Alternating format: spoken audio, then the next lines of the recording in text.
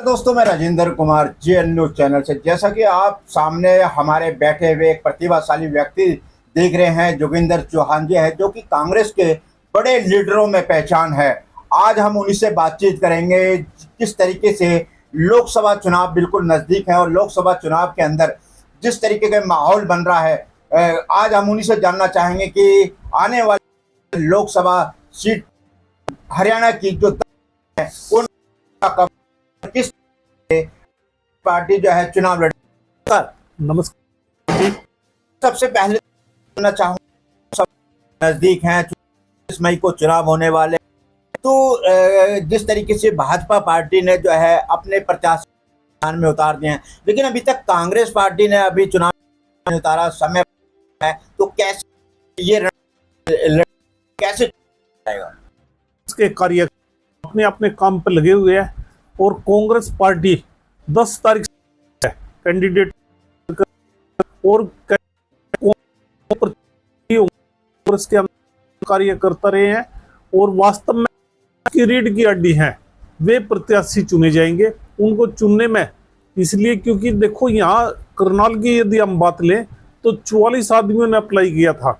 उन 44 में तो छांटना और जो बचेंगे उसको मिलकर जिताने की कोशिश करेंगे। प्रत्याशी आ जाएगा उसको जिताने की कोशिश करें। और अब की बार 10 में से 10 सीटें हरियाणा की 10 सीटें हैं, 10 की 10 कांग्रेस जीतेगी। ये कोई छुपी हुई बात नहीं है। जनता नाराज है, जनता बेरोजगारी, महंगाई और जो भाजपा के किसानों की दुगनी आय कर देगा, वो उसमें भाजपा पूरी तरह फेल हुई है। तो भाजपा की झूठ को समझ गई है जनता, और जनता अब जगह जगह इनका विरोध भी कर रही है। अब की बार 10 की 10 सीटें कांग्रेस जीतेगी। अच्छा चौहान साहब, जैसा अभी आपने कहा भी है कि कांग्रेस 10 की 10 सीटें जीतेंगी, 25 मई को कांग्रेस जीत का लक्ष्य प्राप्त करेगी या हार का, या किस तरीके से एक समन्वय बनेगा? क्योंकि करनाल की लोकसभा सीट से जो है पूर्व मुख्यमंत्री मनोहर लाल खट्टर चुनाव मैदान में है।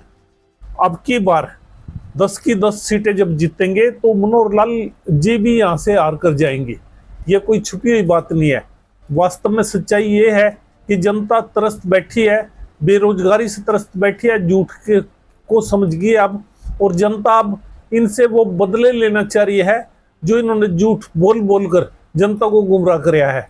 अब पूरे देश के अंदर लहर ऐसी है कि कांग्रेस से एक तरफी जीतने जा रही है। ये जो 400 प्लस कर रहे हैं, कहीं ऐसा ना हो जिस तरह ये 2019 में 70 प्लस हरियाणा में किया करते थे, 40 पाके टिके थे, ऐसे ही कहीं 200 से नीचे ना रह जाइए 400 प्लस की बजाय।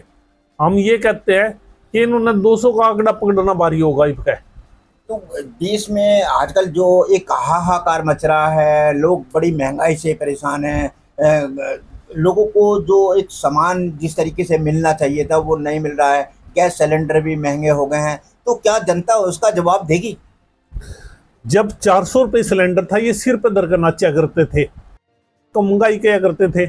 जब 50 रुपये लीटर डीजल मिला करता था, उस समय ये क्या करते थे, हम 35 रुपये लीटर दुआएंगे। अब 100 पे चले गया डीजल और पेट्रोल, तो अब नहीं बोलते। सिलेंडर 1100 पे चले गया 400 की बजाय, अब नहीं बोलते। अब महंगाई नहीं नजर आती। जनता सब समझ रही है, जनता इनको चुनाव के अंदर जवाब देगी। चुप बैठी है जनता। जनता सिर्फ चुनाव का इंतजार कर रही है और जनता की बार चुनाव में जवाब देगी इनको। अच्छा चौहान साहब, ये भी सुना गया है कि आपने भी लोकसभा चुनाव लड़ने की जो है इच्छा जताई है। यदि अगर आपको टिकट मिलती है तो क्या आप पूरी तरीके से सक्षम होकर के ये चुनाव लड़ेंगे क्या? हमारा कोई भी कार्यकर्ता, कोई भी हो, चाहे मैं भी हूँ, यदि जिसको टिकट मिलेगी वो पूरा सक्षम होकर चुनाव लड़ेगा और जीत कर दिखाएगा। अच्छा, भाजपा एक बात बार बार कह रही है, कहने लगा जी कोई उनको कैंडिडेट नहीं मिल रहा है, जो है डर गई है कांग्रेस, जो है हम दिखाई दे रहे हैं, भाजपा ये कह रही है। तो ऐसा कैसे महसूस किया जा रहा है? अभी इन्होंने अपने कैंडिडेट डिक्लेयर करे, जिसमें तो 10 में से 6 कैंडिडेट कांग्रेस के प्रत्याशी कांग्रेस से गए हुए हैं। ये तो सिर्फ डर दिखाते हैं जनता के बीच में, और हमारे ही जो कैंडिडेट जब भाजपा ज्वाइन कर लेते हैं उनको टिकट देते हैं। इनके पास तो कैंडिडेट भी अपने नहीं है। कांग्रेस अपने अपने कैंडिडेटों को, अपने कार्यकर्ताओं को टिकट देगी और पूरी तरह सक्षम है कांग्रेस चुनाव लड़ने में।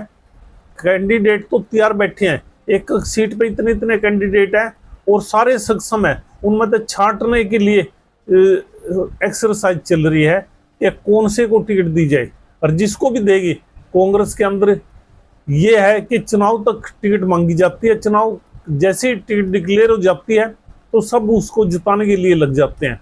ये है कांग्रेस।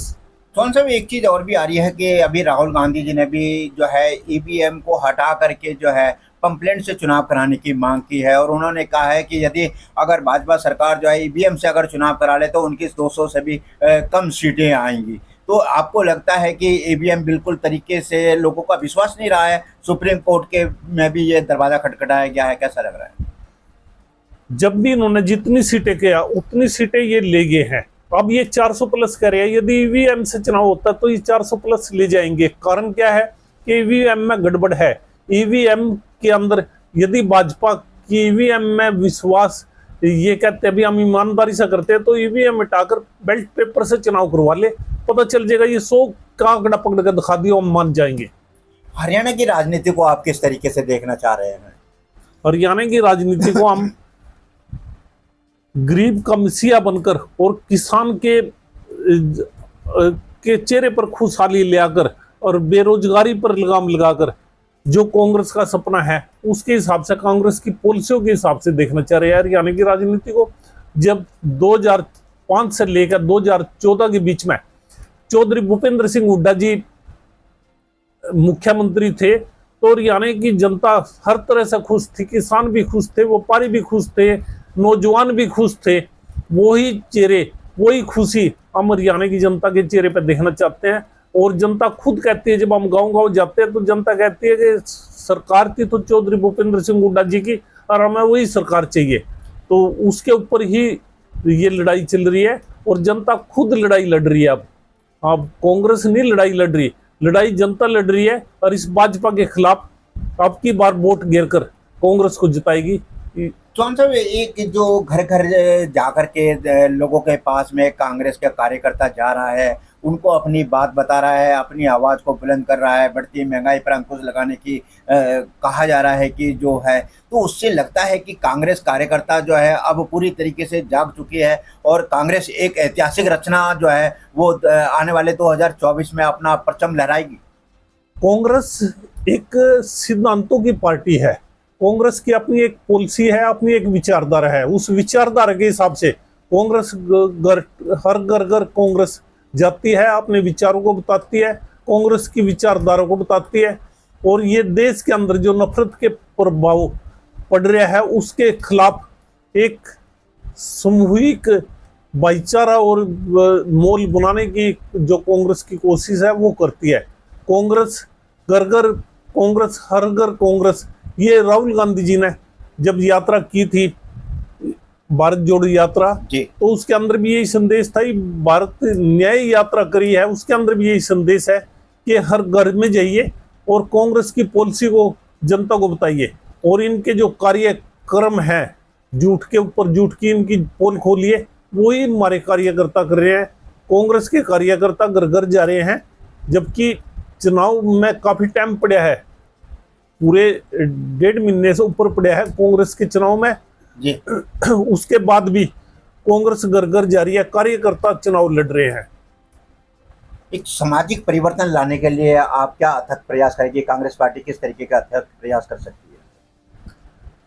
हमारे कार्यकर्ता हर घर घर जो प्रोग्राम चला रखा है, राहुल गांधी जी ने जो हमारे को योजना दी है, और कांग्रेस का जो अभी घोषणा पत्र होया उसको लेकर हर जनता को हर जनता के अंदर ये विचार कि पॉलिसी वो देखिए, कहती है वो करती है, और भाजपा से बिल्कुल नहीं करती।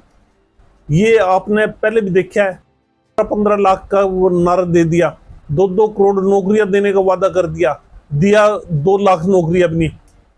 और बेरोजगारी चरम सीमा पे है, जबकि कहते थे बेरोजगारी 2 करोड़ नौकरियां हर साल देंगे।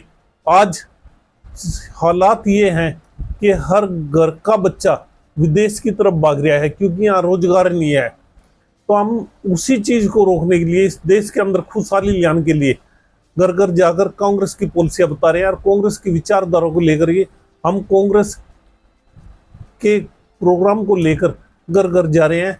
वो हर घर को हम संपर्क करेंगे। हमारी यही पॉलिसी है कि 2024 के अंदर इस भाजपा को इस देश से चलता करे जाए।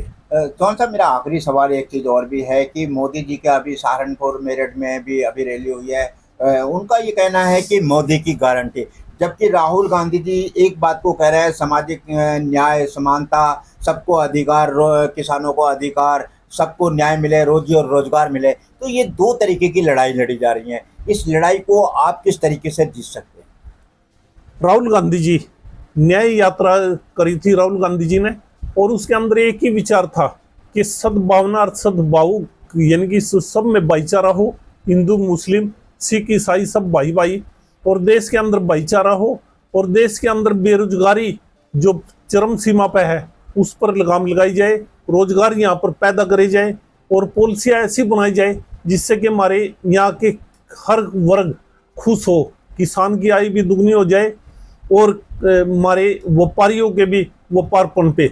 जबकि भाजपा की पॉलिसियों से छोटे दुकानदार, छोटे व्यापारी, छोटे उद्योगपति सब मारे गए हैं। आज देश के हालात ये हैं कि हम ये कहें कि कोई रोजगार नहीं है, कोई व्यापार नहीं है, तो ये सिर्फ झूठे नारे दे रहे हैं। टीवी पे इन्होंने ऐसा कर दिया है कि जो इनके खिलाफ बोलता है टीवी एंकर उसको जेल में गिर देते हैं। एक तरह से धक्काशाही, तानाशाही रवैया अपना रखा है। तो वो उसके खिलाफ लड़ाई राहुल गांधी जी लड़ रहे हैं। करनाल की लोकसभा सीट के लिए आप क्या देखना चाह रहे हैं? कांग्रेस की जो पॉलिसी है, हमारी हाईकमांड जो फैसला करेगी उसे हम मान्य करते हैं। टिकट तो हमने भी मांगी है, पर जिसको कांग्रेस टिकट दे देगी उसको हम अगर आप पार्टी आपको टिकट देती है तो आप पूरी तरीके से सक्षम होकर के चुनाव लड़ेंगे? हम सक्षम है चुनाव लड़ने के लिए। यदि मार्को टिकट पार्टी देती है तो हम लड़ेंगे, और यदि किसी को भी पार्टी टिकट देगी, हमारी पार्टी का जो आदेश होगा वो सर माथे पे उसका पालन किया जाएगा। देखिए, ये थे हमारे बीच में जोगिंदर चौहान जी, जो कि कांग्रेस के एक बड़े लीडर है। हरियाणा प्रदेश में इनकी एक अपनी पहचान है। उनका ये कहना है कि यदि अगर लोकसभा सीट से कांग्रेस पार्टी प्रत्याशी उनको, जोगिंदर चौहान जी को अपनाती है, तो एक नया मोड़ होगा। और यदि उनको टिकट नहीं मिलता है तो बाकी जिसको भी नेताओं को टिकट दी जाएगी। कांग्रेस पार्टी पूरी एकजुट होकर के इस ऐतिहासिक लड़ाई को लड़ेगी, ऐसा इनका मानना है। नमस्कार, जय हिंद। मैं राजेंद्र कुमार, सभी दर्शकों को सादर नमस्कार, प्रणाम, जय हिंद, धन्यवाद।